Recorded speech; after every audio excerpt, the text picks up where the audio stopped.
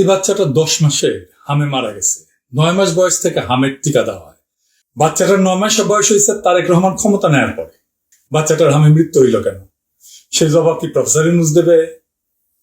UNICEF পর্যন্ত বলছে যে 34% হামে আক্রান্তরা 9 মাসের নিচে। যারা ভ্যাকসিন পাওয়ারই যোগ্য না তাদের হইতেছে হাম।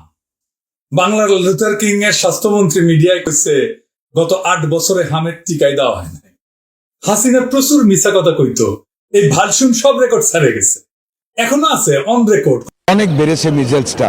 8 বছর আগে মিজেলসের ভ্যাকসিন দেওয়া হয়েছে, এরপর আর ভ্যাকসিন কোনো গভর্নমেন্ট দেয় নাই। কোন স্যাদবাদ আছে এত বড় মিছা কথা কইল? উই হেলথ বুঝে 8 বছর একটা দেশে হামের টিকা দেওয়া হইতেছে না, সারা দুনিয়া চুপ করে বসে থাকবে? ইউনিসেফ কিছু কইছে? কয় নাই। আমার কথা শোনার দরকার নাই, ফ্যাক্ট চেকাররাই বলছে এটা মিছা কথা।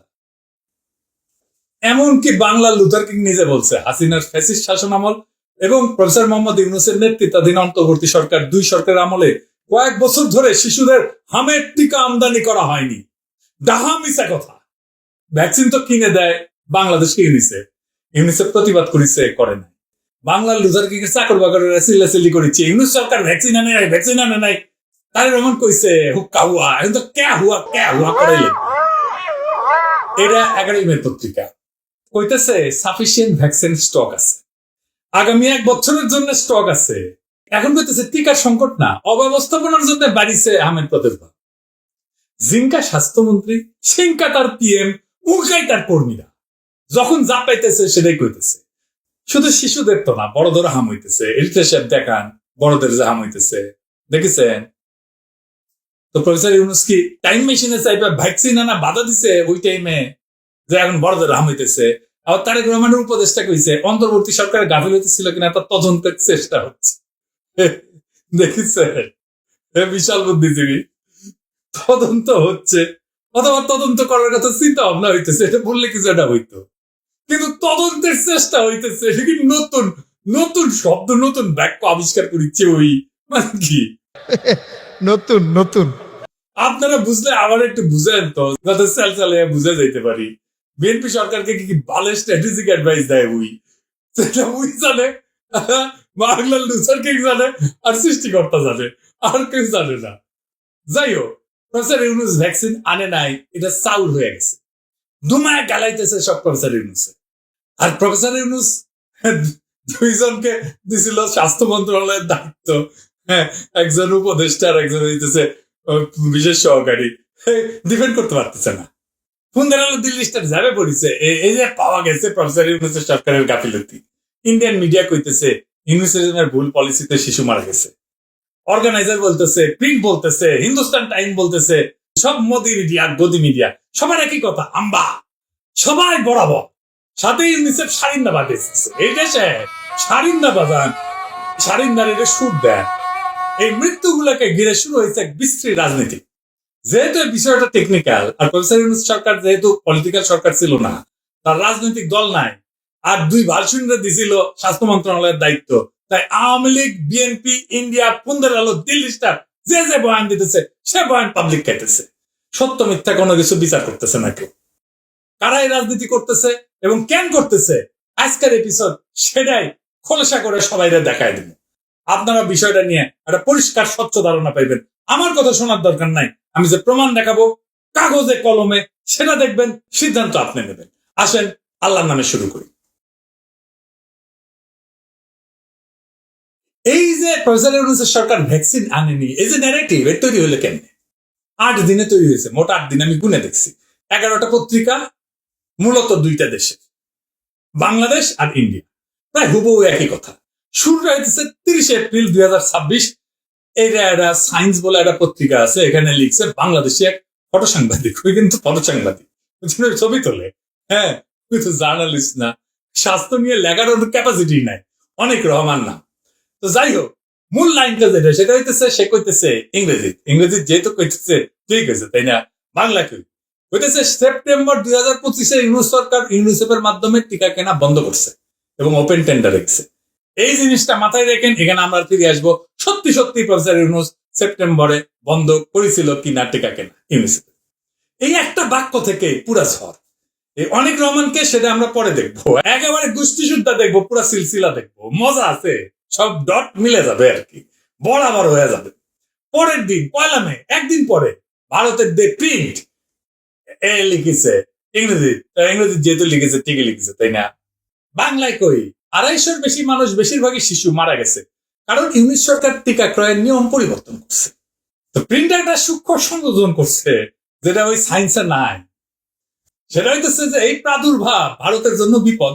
যশোর চাঁপাইনবাবগঞ্জ দিয়ে ব্যস্ত সীমান্ত পারাপার হয়, সীমান্ত পার হয়ে ভাইরাস ঢোকার ঝুঁকি বেড়েছে। 2 মে, তার একদিন পরে 3টা বাংলাদেশি পত্রিকা, আগে ইন্ডিয়া করেছে, আগে হাল যেদিকে গেছে পিসা হাল এখন সেদিক দেওয়া যাবে।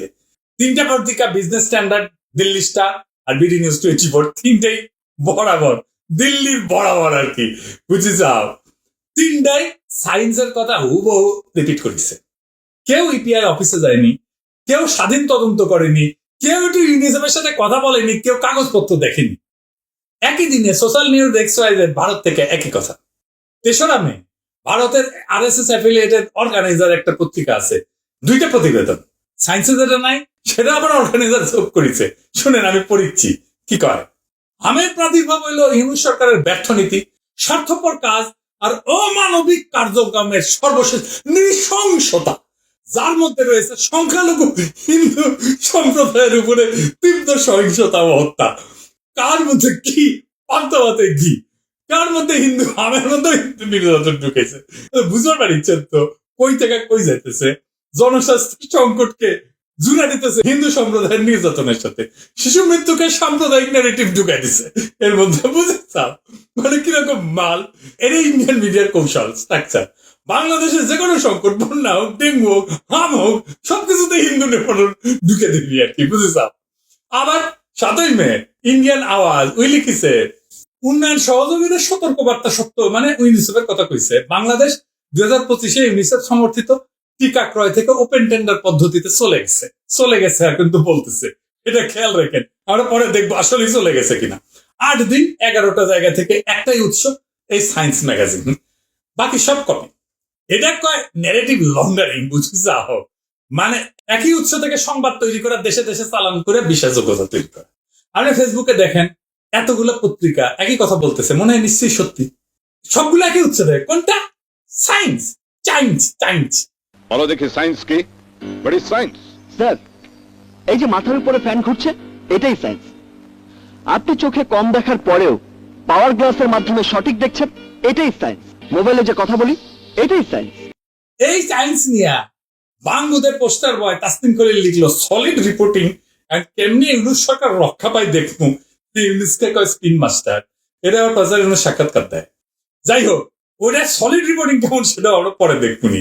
এই সায়েন্সের সলিড রিপোর্টিং এর পোস্টমর্টমের আগে আমাদের কিছু জিনিস বুঝে নেওয়া দরকার। আপনাদের এই জটিল বিষয়টা বুঝতে এটা সুবিধা হবে। আলাপটা জটিল না, কিন্তু এই জিনিসটা বোঝার জন্য এই আগের জিনিসগুলো বুঝে নেওয়া দরকার, কারণ টেকনিক্যাল জিনিস, তাই তো। আসেন সেটা একটু বুঝে দেখি। ইপিআই কি কি টিকা দেয়, কত খরচ? বাংলাদেশ বাচ্চাদের টিকার এই যে পুরো সিস্টেমটা, এটাকে বলে EPI expanded programme of immunization, বাংলায় সম্প্রসারিত টিকাদান কর্মসূচি। এই ইপিআই কি করে? 9টা টিকা দেয়, 12টা রোগ থেকে বাচ্চাদের বাঁচায়। কি কি? যক্ষা, পোলিও, ডিপথেরিয়া, ধনুষ্টঙ্কার, টিটেনাস, হুপিং কাশি, হেপাটাইটিস বি, নিউমোনিয়া, মেনিনজাইটিস, হাম, রুবেলা, টাইফয়েডটা শেষে যোগ করছে, যোগ করছে কিন্তু টাইফয়েডের টিকা। এটা আবার কেউ করবে না যে নতুন একটা টিকা যোগ করেছে। এই ইপিআই টিকার ফলে প্রত্যেক বছর 94,000 শিশুর জীবন বাঁচে। কত টাকা লাগে এই টাকাটা কিনতে? এই সরকার 25-26 অর্থ বছরে ইপিআই এর জন্য 842 কোটি টাকা বরাদ্দ করেছে সরকারি বাজেট থেকে, মানে প্রায় 1000 কোটি টাকা প্রফেসর ইউনূস নিজে বরাদ্দ দিচ্ছে। এডিবি থেকে আরো 609 কোটি টাকা ঋণ, মোট 1450 কোটি টাকা। তার মানে 1450 কোটি টাকা হইতেছে সরকার নিজে দেয়, লোন করে দেয়, আর বাকি 773 কোটি টাকা গাভি দেয়, ওটা আমরা পরে দেখবো। সব মিলে প্রায় 22 থেকে 2300 কোটি টাকা লাগে এক বছরে। এই সংখ্যাটা মাথায় রেখেন, পরে দরকার পড়বে। টাকা কে দেয় জানলেন? এবার দেখি টিকাটা আনে কে। 3টা পক্ষ এই ভ্যাকসিন কেনার টাকা দেওয়ার সাথে যুক্ত। একটা হচ্ছে গাভি, পুরা নাম global alliance for vaccine and immunisation. ধনী দেশের সরকার, Bill Melinda Gates Foundation, World Bank, এরা মিলে এই গাভীদের টাকা দেয়। এই টাকার উদ্দেশ্য হচ্ছে গরিব দেশের বাচ্চাদের যেন সস্তায় টিকা দেওয়া যায়। বাংলাদেশকে গাভী সাহায্য দিতেছে 2001 সাল থেকে 25 বছর ধরে, সব মিলায় কমপক্ষে 15,000 কোটি টাকার মতো দিচ্ছে এই পর্যন্ত। গাভী যা দেয় তা দিয়ে আমাদের ভ্যাকসিনের পুরো চাহিদা মেটানো যায় না, 1/3 হয়, 1/3। তাই বাংলাদেশ সরকারকে টাকা দিতে হয়, লোন করতে হয়। গত বছর এডিবি থেকে লোন নিছে, এটা আমি বলছি। তো তাহলে গাভী দেয় মোটামুটি 1/3, আর 2/3 বাংলাদেশ সরকার নিজে দেয় অথবা লোন করে দেয়। এরপরে কে? ইউনিসেফ। এটাই সবচেয়ে ইন্টারেস্টিং, কারণ এই ইউনিসেফের বড়াতেই বলা হইতেছে সব কথা। ইউনিসেফ হইতেছে ভ্যাকসিনের কন্ট্রাক্টর। কন্ট্রাক্টর মনে করেন না যে ইউএন অর্গানাইজেশন ওটা বাপরে একেবারে পুরোহিত, তা না। ইউনিসেফ বাংলাদেশ সরকারকে টিকা কিনে দেয়, মানে বাংলাদেশ সরকার ভ্যাকসিনের বরাদ্দ দেয় ওর হাতে, ওই টাকা দিয়া ওই টিকা কিনে দেয়, সেখান থেকে সে কমিশন নেয়। জি ভাই, কমিশন 4% কমিশন নেয়। তাহলে 2200 থেকে 2300 কোটি টাকার কমিশন কত হয়? 4%। এটা বলে গাভী টাকাটা সরকারকে দেয় না, সরাসরি ইউনিসেফকে দেয়। গাভীর সাহায্যের কন্ডিশনই থাকে ইউনিসেফকে কেনাকাটার দায়িত্ব দিতে হবে। এই যে ইপিআই এর টিকা, এর পুরাটাই কিনে দেয় ইউনিসেফ। যা কিছু কেনে সব কেনে, পুরাটাই কেনে, বাদ দেয় না কোনো কিছু। তার মানে 12টা রোগ প্রতিরোধে যতগুলো টিকা দরকার সবগুলো ইউনিসেফ কিনে দেয়। বাংলাদেশ সরকার তো কিছু টাকা নিজে দেয়, এটা জানি।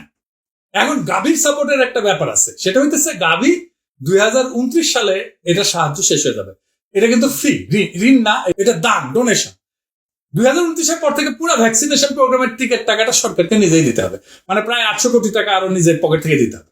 কারণ গাভীর ভুল হইতেছে, কোন দেশ যথেষ্ট ধনী হয়ে গেলে সাহায্য দেবে না। বাংলাদেশ তো হাসিনার মিডিল ইনকাম দেশ হয়ে গেছে, তাই না? গাভী বলতেছে নিজের বাচ্চার টিকার টাকা নিজেরাই দেন, আপনার তো বড় লোক। হ্যাঁ, শোধন কত দিক থেকে আসে দেখেন। 2029 গাভী চলে যাবে, তারা আমাদের টাকা টুকা দেবে না। এই ডেডলাইনটা মাথায় রেখেন, এই জায়গাটা আমাদের দরকার পড়বে। এবার আসেন টিকা কেনার প্যাচ কোথায় লাগিয়েছিল। বাংলাদেশের সরকারি কেনাকাটা নিয়ে ওয়ার্ল্ড ব্যাংকের অনেকদিন থেকে আপত্তি ছিল। এখানে মূল দুর্নীতিটা হয়, তারা এইটা সংস্কারের লক্ষ্যে একটা রিপোর্ট তৈরি করে 2001 সালে। তারা দেখায় যে কেনাকাটা প্রচুর দুর্নীতি হয়। খালেদা জিয়া তখন সরকারে, ওনারা বুঝায় যে আপনি একটা সরকারি কেনাকাটার একটা আইন বানান, ল বানান। উনি এটা রাজি হন এবং উনি একটা আইন তৈরি করেন, পাবলিক প্রকিউরমেন্ট অ্যাক্ট 2006। সেই থেকে বাংলাদেশ সরকার যে কোনো জিনিস কিনতে গেলে, যে কোনো, সেটা টিকা হোক, পাথর হোক, কম্পিউটার হোক, টেবিল হোক, চেয়ার হোক, বালিশ হোক, হোয়াট এভার, যেটাই হোক, আইনে লেখা আছে কিভাবে কিনতে হবে, সরকারি ক্রয় আইন। এই আইনের 2টা পদ্ধতি আছে। এটা বুঝলে টিকার সমস্যাটা বুঝবেন। আসেন সেটা কি দেখি।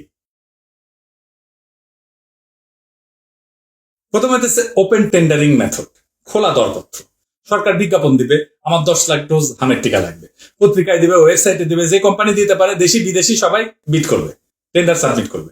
সবচেয়ে কম দাম যে দিবে তাকে দাও। এটা সুবিধা তো অনেক আছে, যেমন ট্রান্সপারেন্সি আছে, কম্পিটিশন হয়, দুর্নীতি কম হয়, দেশি কোম্পানিগুলো বড় হওয়ার সুযোগ পায়, এখানে দলিল দস্তাবেজ থাকে, অ্যাকাউন্টেবিলিটি থাকে। আর এটা হইতেছে ডাইরেক্ট প্রকিউরমেন্ট মেথড, ডিপিএম, সরাসরি ক্রয় পদ্ধতি।